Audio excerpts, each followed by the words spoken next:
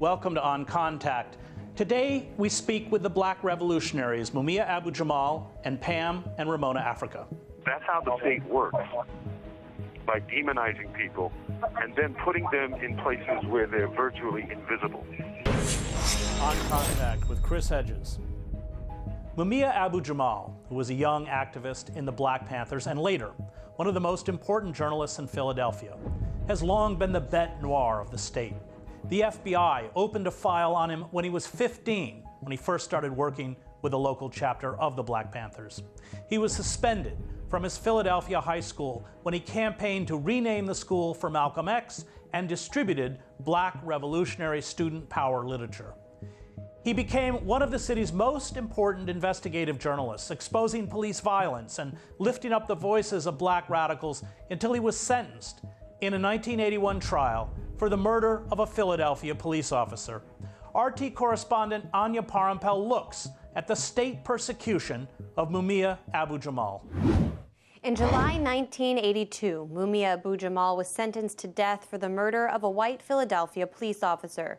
35 years later, he has become, for many, a symbol of a racially biased justice system and representative of the faults of capital punishment. In 1981, Abu-Jamal was a former member of the Black Panther Party and supported the radical MOVE organization. He was working as a freelance radio reporter in Philadelphia covering police brutality and corruption when he was arrested for the murder of Officer Daniel Faulkner. According to testimony, Abu-Jamal saw his brother in a struggle with Faulkner during a traffic stop. He approached the scene. A short time later, police found the officer shot dead and Abu-Jamal wounded from the officer's gun. Abu-Jamal's legally registered gun was found nearby. He was convicted of murder and sentenced to death. Yet it's a crime Abu-Jamal says he did not commit. Amnesty International found the court proceedings failed to meet international standards and said, quote, justice would be served by a new trial. A call supported by the NAACP, the European Parliament, and the Congressional Black Caucus. Twice, Abu-Jamal narrowly escaped death. After multiple petitions to the court fighting against the makeup of the jury and racism by the trial judge, in 2001, a court found his death sentence unconstitutional because the sentencing jury was improperly instructed. His sentence was commuted to life in prison without parole. In 2011, after multiple appeals, Philadelphia prosecutors announced they would not seek another death sentence. To the dismay of his critics, he has gained international notoriety while on death row for his prolific writings and commentary from behind bars. His Free Mumia movement became popular on college campuses and abroad. Yet controversy continues to surround the case. Dear fellow Godardites, students, graduates, parents, professors, after Goddard College invited Abu-Jamal to record a commencement address to its students in 2014, Pennsylvania Governor Tom Corbett signed the Re-Victimization Relief Act in 2014 to curb what he called the, quote, obscene celebrity cultivated by people like Abu-Jamal. It allowed victims of violent crime like Faulkner's wife to sue offenders from speech that would cause, quote, mental anguish. 6 months later, the law was deemed unconstitutional because it violated First Amendment rights of convicted criminals. Even the lawyers who represented Abu-Jamal's appeal have faced backlash. The Senate rejected President Obama's appointment of attorney Dedbo Agjabil to lead the Justice Department's Office on Civil Rights in 2014 because he filed civil rights abuse briefs on Abu-Jamal's behalf. Mumia Abu-Jamal will likely spend the rest of his days behind bars, but he has continuously transcended his imprisonment and proven his commentary on the human condition cannot be restricted. Thank you, Anya. Mumia Abu-Jamal joins us today by phone from the SCI Mahoney State Prison in Frackville, Pennsylvania. He has published 7 books in prison, including his searing and best-selling Live from Death Row, which Dick Gregory says single-handedly brought dignity to the whole death row. His voice is a continuum of the black prophetic fire of David Walker, Nat Turner, Frederick Douglass, W.E.B. Du Bois, Paul Robeson, and Malcolm X. So, Mumia, I want to ask you about this neo-slave narrative that you write about on Live on Death Row, from Death Row, and how black radicals like you who counter that narrative, why it's so incendiary to the state. What's necessary for the state is the illusion of normality, regularity. So, think about this. In Rome, what the emperors needed was bread and circuses. In America, what we need is housewives of Atlanta. We need sports. And we need, these moral stories of good cops and evil people. And because you have that, because you really have what you know perfectly, having read your books, you know that, there is no critical thinking in the United States in this period. You have emotion, right? And if I can get you to look at someone who's demonized, then I can do anything. I can do anything. And that's how the state works, by demonizing people and then putting them in places where they're virtually invisible. You write in the book about how that this kind of neo-slave narrative, it sells because it gives the false illusion that there's somehow escape from the system, that no one is absolutely guilty, nor are the oppressed, the slave, the prisoner, absolutely guiltless. Right, exactly. And here's the reality. America has never come to grips with what a lot of scholars and thinkers call its original sin. And that's because it never stopped happening. Think about this. This country that, brags about being founded on freedom was founded on slavery, was founded on Holocaust, was founded on genocide. And after slavery ended, after the Constitution was rewritten and amended, and we had the Reconstruction Amendments, the 13th, 14th, and 15th Amendments, well, what did the South do? They ignored it for a century. There were a few bright years, Reconstruction, and then there was redemption, where that was destroyed. And it isn't until the 60s that you see this deep, rich emergence of people fighting for rights that were enshrined in the Constitution a century before. That's because every state in the South and many states in the North were allowed to make exceptions to the Constitution. Those exceptions when it came to black people. And we've learned that that's not just the Southern reality. You can't talk about AEDTA, the so-called anti-terrorism death penalty, unless you have the same mindset that makes the Constitution an exceptional document. This is a call from Pennsylvania State Correctional Institution, Mahanoy. This call is subject to recording and monitoring. That's what we have. And we have the same thing with a different name.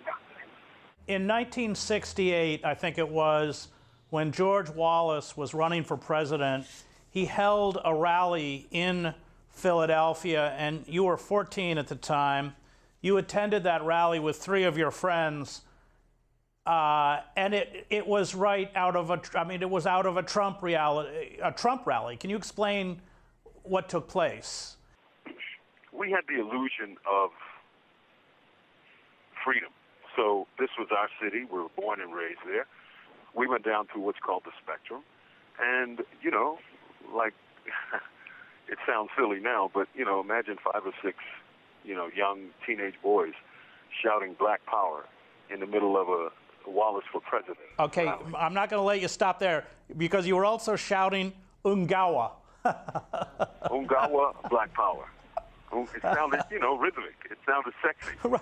Well, you said we didn't know what it meant, but it had a hell of a ring to it. Yeah, it sounded good. I mean, I still don't know what it means, but, it sounded good.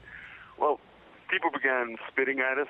People began ripping flags from their sticks and throwing sticks at us, and just hollering at us and shouting at us.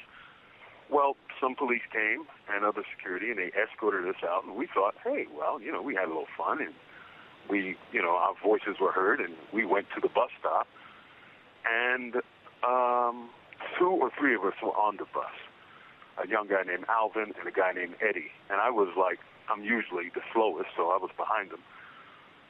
A guy walked up and hit me with a blackjack and knocked me down and pulled Eddie and pulled Alvin off the buses, and we were getting our asses kicked.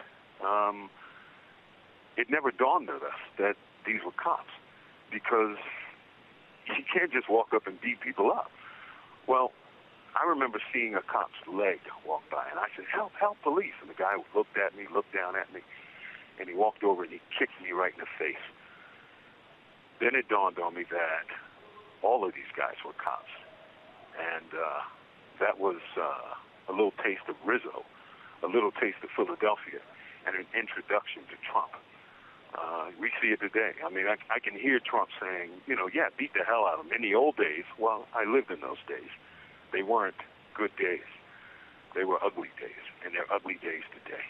Listen, I'm on another brother's time. Chris, I got to go. I love you all. It's great to hear your voice. All right. On the move, y'all. You're an inspiration to us all. As are you, sir. I'm now joined in the studio by Ramona and Pam Africa from the revolutionary organization MOVE. They are also organizers with the International Concerned Family and Friends of Mumia Abu Jamal. Ramona is the last remaining survivor of the 1985 MOVE bombing. Ramona, we're at the 32nd anniversary this weekend of the attack on the MOVE house, the murder of 11 of your family members, including 5 children. Perhaps you could just briefly remind viewers what took place 32 years ago this weekend. Well, on May 12th, Sunday, Mother's Day of 1985, our home was surrounded by hundreds and hundreds of cops who came out there to kill because of our unrelenting fight for our MOVE sisters and brothers, known as the MOVE 9, who had been attacked and arrested in 1978. Many of whom are still in prison. 39 years later this August, they are still in prison after becoming eligible for parole in 2008. The parole board just refuses to parole them. But what people really need to understand is that they did come out there to kill, not to arrest. They could have done that any time. They did not come out there because of any complaints from neighbors. Those running this country, this entire worldwide system, have never cared about black people complaining about their neighbors. That's never been an issue.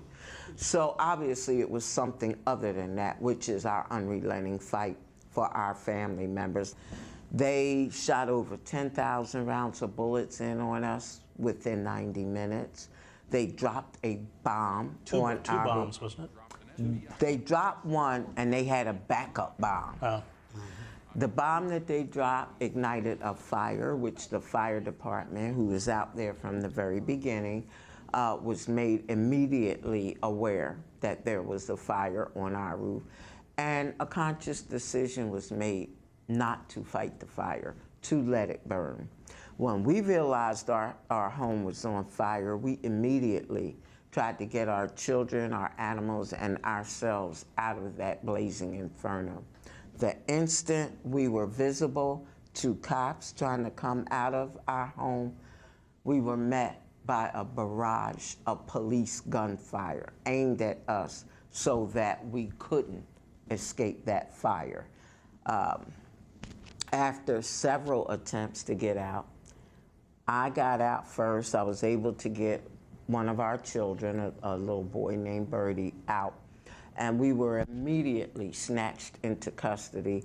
And it was just a little bit later that I found out that, nobody else survived. I am the only one to be tried for anything, including everything they did. They put you in jail for 7 years. 7 years for the accusation of riot. And the people who pulled the triggers, what happened? The people that killed my family was never charged, never prosecuted, never imprisoned for anything. And we should add that that fire spread and burned down the entire block, 61 homes. Great, thank you. When we come back, we'll hear more from Ramona and Pam Africa from the revolutionary organization MOVE. On Contact with Chris Hedges. Welcome back to On Contact. Let's continue our conversation with Ramona and Pam Africa from the revolutionary organization MOVE. So you were part of MOVE. Mumia... Still am, of course. Yeah. And Mumia was one of the most important journalists in Philadelphia. And I think the first time he had contact with MOVE is when he was covering I don't want to call it rally because it was $25 a ticket to hear Jesse Jackson. Were you there? I was not. Do you know? I wasn't there either.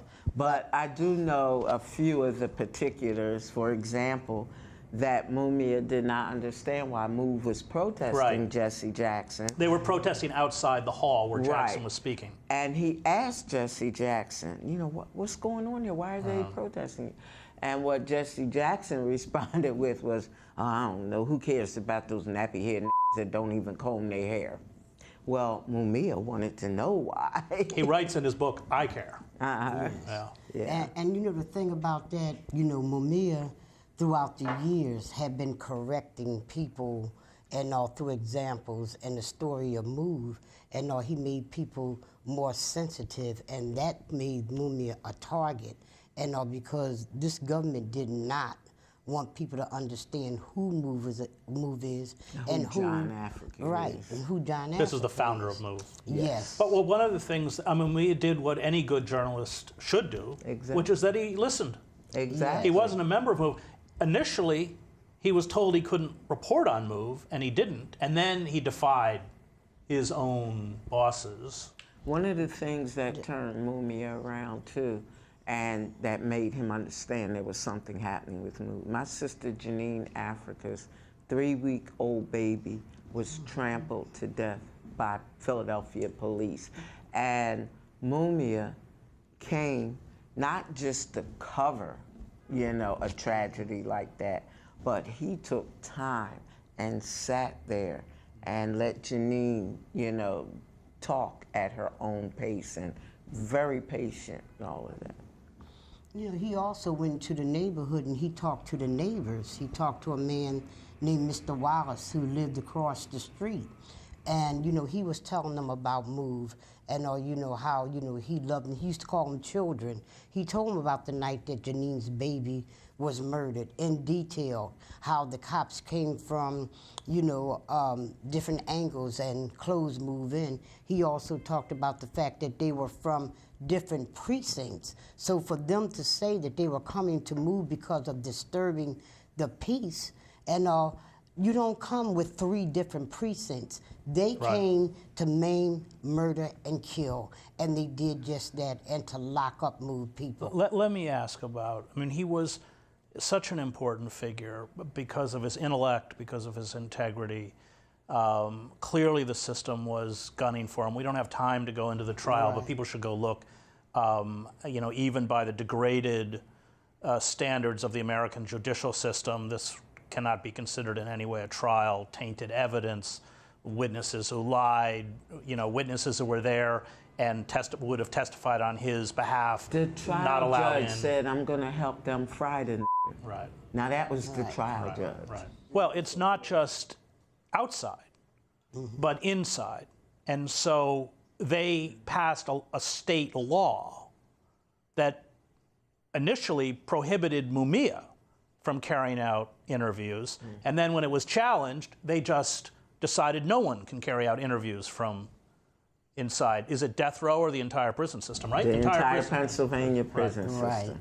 Right. And, through the power of the people, everyone joined together, and the attorney Brett Brody and several other, prison organizations, Prison Legal News, lawyers, and they all came together and they won that case.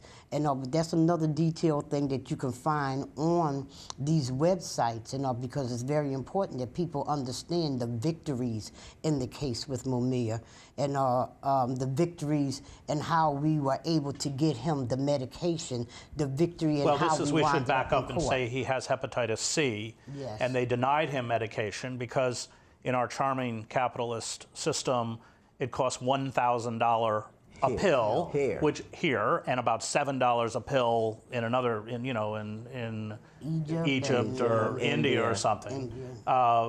And they don't want to pay for it. They don't, because these are for-profit healthcare systems. They don't want to provide care. we have the other issue, which is often unnoticed, but is very important, and that is contaminated water. Perhaps you can speak, Ramona, a little bit about that, because you have a brother who's... Our brother, Mike Africa, is in Graterford Prison in Pennsylvania. Our brother, Eddie Africa, is at SCI Mahanoy, where Mumia is. It's in Frackville. Right. And it's just unbelievable. Well, explain a little bit how it works. Yeah. What happened is we found out from our brother, Mike Africa, that the water smelled, you know, it stunk. Even the water you had to shower with, not to mention the water you had to drink. And we started dealing with that. We called the Environmental Protection Department, got one of their representatives to go up there to Graterford. And then when we asked Eddie and Mumia about the water there, they were saying the same thing. It's contaminated. The water is dark. You know, it's not clear. It tastes horrible, has a smell.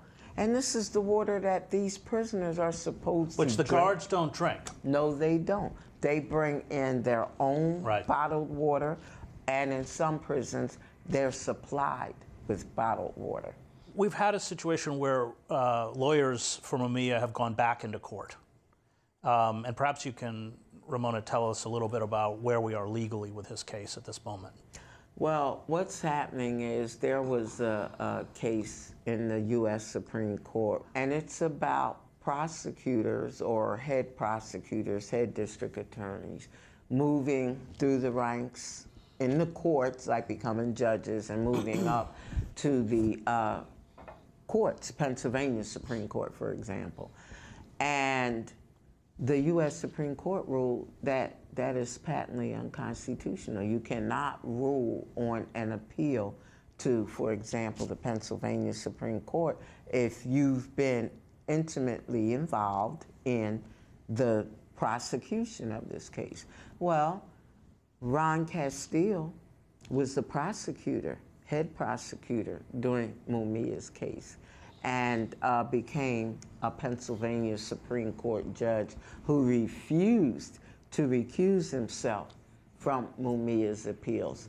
So now attorneys for Mumia are back in court saying that this decision that the U.S. Supreme Court made applies to Mumia. We need all the discovery, everything from the DA's office, so that we can go through it and show exactly how intimately, you know, Ron Castile. And they did, there was a hearing, right? There was a hearing and a ruling that... On Mumia's birthday, yeah, April 24. April 24, yeah. That the DA's office had to turn over this information to the defense team. Let me ask you, Pam, I mean, this is something you've been fighting, this kind of injustice against MOVE members, against Mumia for decades. And other political prisoners. And other political prisoners too, Sundiata, Akoli, Matulu Shakur, Geronimo Pratt. Geronimo, when he was in. What keeps you going? I mean, the weight of not just state oppression, but the demonization of these figures by the media, or indifference, utter indifference. What keeps you going? John Africa. John Africa, very simply. And what he instilled in each and every last MOVE person, and you'll see it in our young children as well, and the fact to be consistent, and always seek the truth and put the truth out there to people, and it works. And because when Mumia case came up, and there were people in that courtroom from France, they were in there from Germany, they was from across the world. When Mumia last week, we didn't know where he was at. One phone call was made, 2 phone calls was made, and it set off a power surge around the world on the prison to the fact that the following day, and you know, they said that, you know, they'll be having Mumia come to a visit. Mumia said when they brought him back from the infirmary, and that they told him that he had a visit, and he was getting ready to come out his infirmary clothes. They said, no, go on out there, you have a visit, and that's how he went out.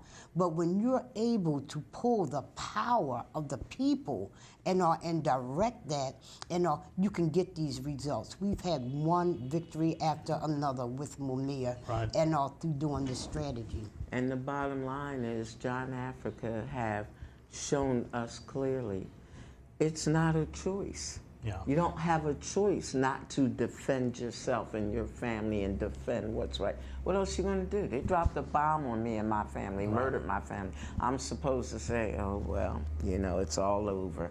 And what, go on to law school after that? No, it doesn't work like that. Which is where you were once headed. Mm-hmm. Well, great, thank you very much. I have a lot of courage. Very welcome.